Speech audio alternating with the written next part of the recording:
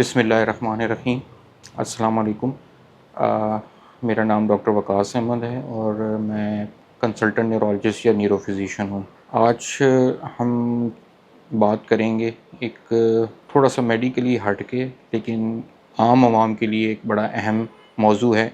हमारी जो एक न्यूरोलॉजी की बड़ी कॉमन बीमारी है एपिलेप्सी या मिर्गी, इससे रिलेटेड 2 से 3 ऐसी मिथ्स हैं जिसके ऊपर हमसे अक्सर सवालात भी हो रहे होते हैं और हम तकरीबन अपने रोज़मर्रा क्लिनिक्स में इसको फेस भी कर रहे होते हैं कि इन मिथ्स के साथ बहुत सारी हमारी चीज़ें जो हैं वो मैनेज करनी मुश्किल भी हो जाती हैं। और ऑब्वियसली एपिलेप्सी एक ऐसी बीमारी है जिसमें थोड़ी सी हमें लॉन्ग टर्म ट्रीटमेंट चाहिए होती है, तो उसमें हमें पेशेंट के साथ उसकी फैमिली की इंगेजमेंट और साथ भी चाहिए होता है।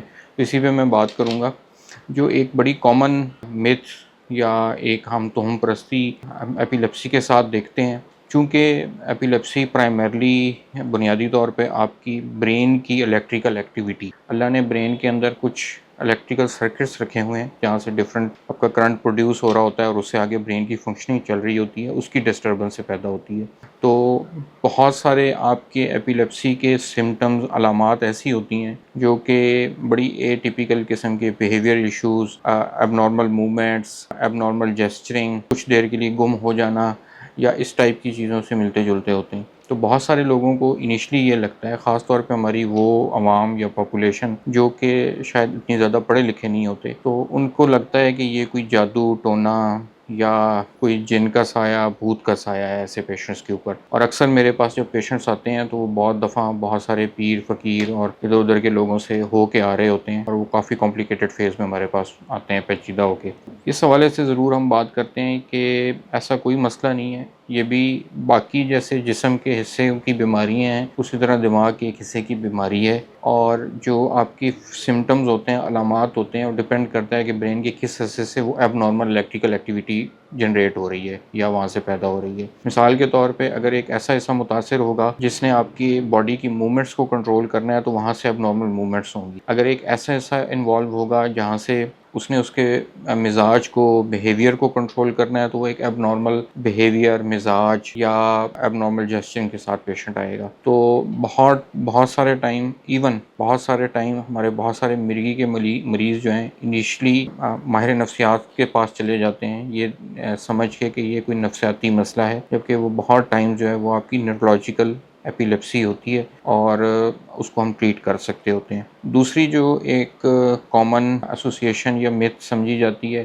ख़ास तौर पे हमारी यंग बच्चियों, ख़वातीन के हवाले से कि मिर्गी के साथ शादी नहीं हो सकती, हमल नहीं हो सकता, आगे बच्चे होने में प्रॉब्लम हो सकती है या बच्चों में ट्रांसफ़र होने का रिस्क हो सकता है। तो इस हवाले से भी कई नुक्ते अहम हैं। अमूमन मैं अपने पेशेंट्स को यही गाइड करता हूँ कि जितनी हमारी मिर्गी वाली ख़वातीन हैं शादी की उम्र वाली, उनकी शादी की जा सकती है। ऐसा बिल्कुल नहीं है कि हम उनको मना कर दें कि आप शादी की तरफ ना जाइए। उसमें जो हमारी रिक्वायरमेंट होती है वो ये होती है कि ज़रिए हमारी ट्रीटमेंट के साथ वो जुड़े रहें ताकि उनके फिट्स कंट्रोल्ड रहें। इसी तरह जो हमल के हवाले से सवालात होते हैं तो उसमें हम यही कहते हैं कि मिर्गी वाले मरीज़ में जहाँ तक दौरे कंट्रोल हैं और एक मुनासिब दवाई चल रही है और ख़ास तौर पे वो दवाई जो हमल में महफूज है, उसके साथ आप हमल कर सकते हैं। ऐसा कोई मसला नहीं है कि हम हमल अवॉइड करें। हाँ, कुछ स्पेसिफिक केसेस होते हैं जिसमें हम स्पेशली पेशेंट्स को गाइड करते हैं, मना करते हैं कि आप अभी हमल की तरफ ना सोचिए। तीसरा जो है वो ये है कि अक्सर हमारे पास सवालात होते हैं डिलीवरीज़ वगैरह के हवाले से, तो वो भी बिल्कुल आपकी एक अच्छी कंट्रोल है एपिलेप्सी के साथ।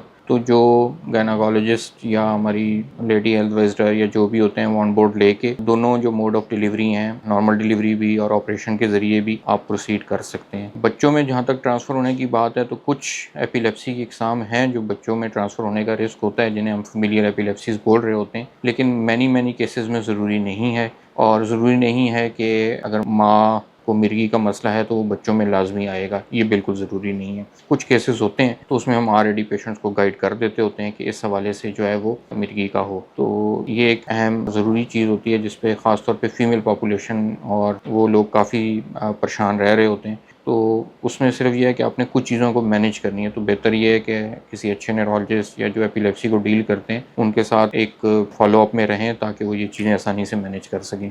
एक और जो मिथ लास्टली जिस पे मैं बात करूँगा वो है कि मिर्गी की कोई ट्रीटमेंट नहीं है और मिर्गी सारी ज़िंदगी चलती है।